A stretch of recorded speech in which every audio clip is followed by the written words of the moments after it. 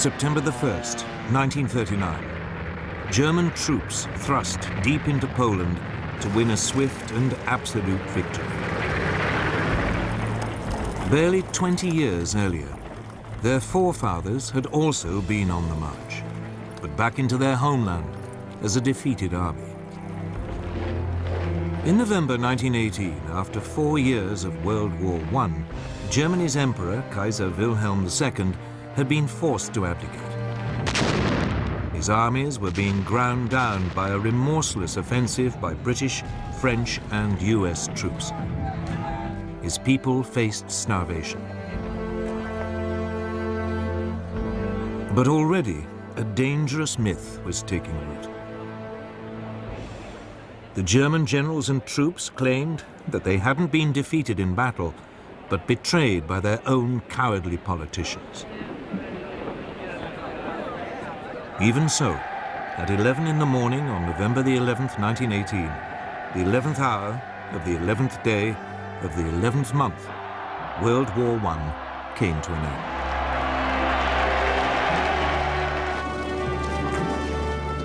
The following month, President Woodrow Wilson of the United States arrived in Europe, promising to create a new world order. He persuaded the world's leaders to sign up to a new League of Nations. At the Treaty of Versailles, they agreed that from now on, disputes between countries would be resolved not by fighting, but by debate in the League. The peoples of Europe were set free.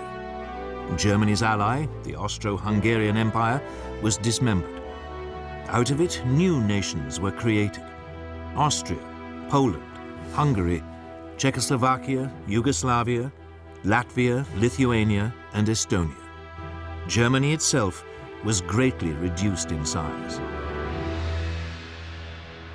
But this process contained a time bomb.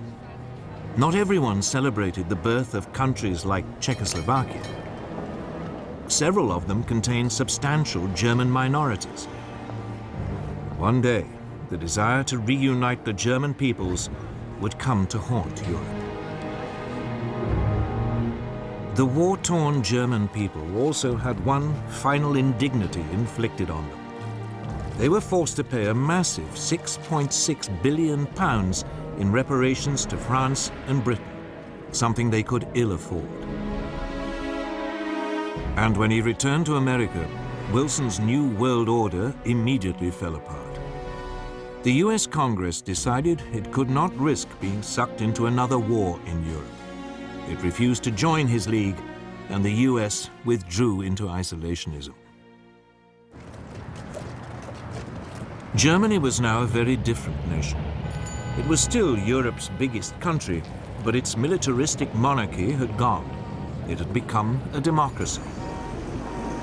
But its government, the so-called Weimar Republic, was soon struck by a series of hammer blows.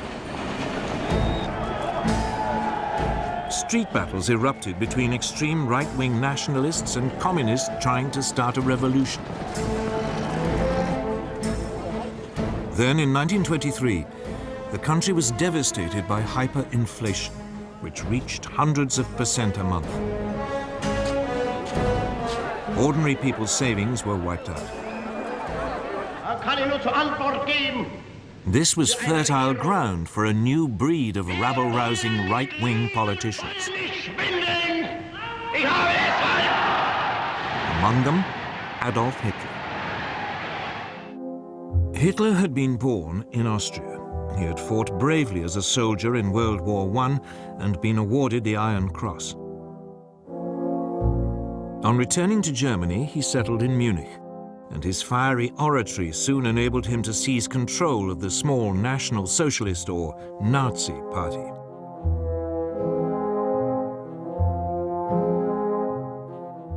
In October 1923, Hitler and his henchmen attempted an armed coup against the Weimar government. It failed, and he was sentenced to 9 months. In prison, he wrote a book, Mein Kampf, My Struggle, in which he blamed Germany's ills on the Jews and demanded that it rebuild its strength and seek new territories in the East. On his release, he set about building the Nazis into a proper, disciplined political party. From now on, he would use the democratic system to achieve power. But for the next 5 years, Weimar Germany prospered. Support for extremist parties, left and right, dwindled. Then suddenly, Hitler's opportunity arrived.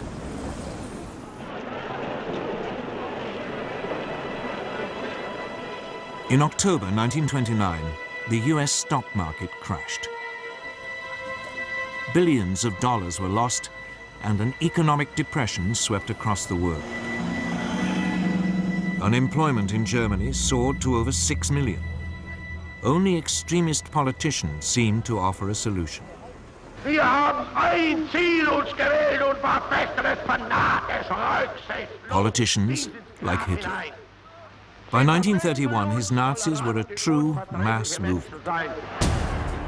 And they had their own brown-shirted thugs, the SA stormtroops, who numbered almost 3 million. In the 1932 elections, the Nazis became the largest party in Germany's parliament, the Reichstag. But Hitler refused to join a coalition, leaving parliament paralyzed. To break the impasse, President Hindenburg made him chancellor in January 1933, head of the government.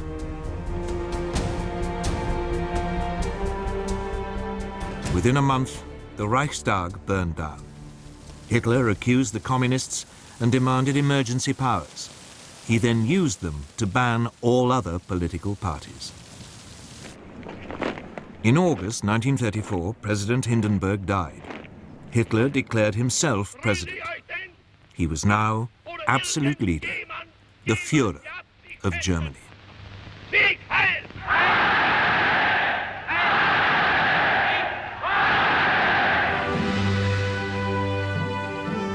At first, there was little sign of what was to come.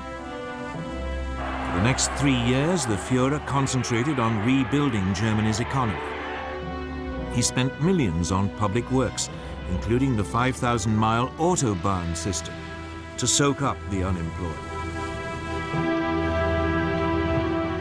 But in secret, Hitler was also spending lavishly on a huge rearmament program.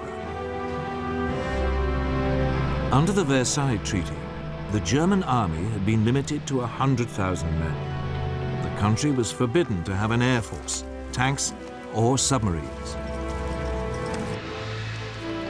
This small army was trebled in size. Then, in 1935, Hitler came out into the open. He unveiled a brand new air force, the Luftwaffe. It had 2,500 planes, far more than Britain or France. Unemployment plunged, and the Nazis became enormously popular. Now emboldened, the Führer made his first expansionist move. In 1935, he reoccupied the Saarland district on the French border, after it voted to return from League of Nations to German rule. A year later, he sent German troops into the Rhineland, part of Germany which had been demilitarized at Versailles. At the time, many felt that Hitler was only claiming back what was rightfully Germany's. Neither Britain nor France objected.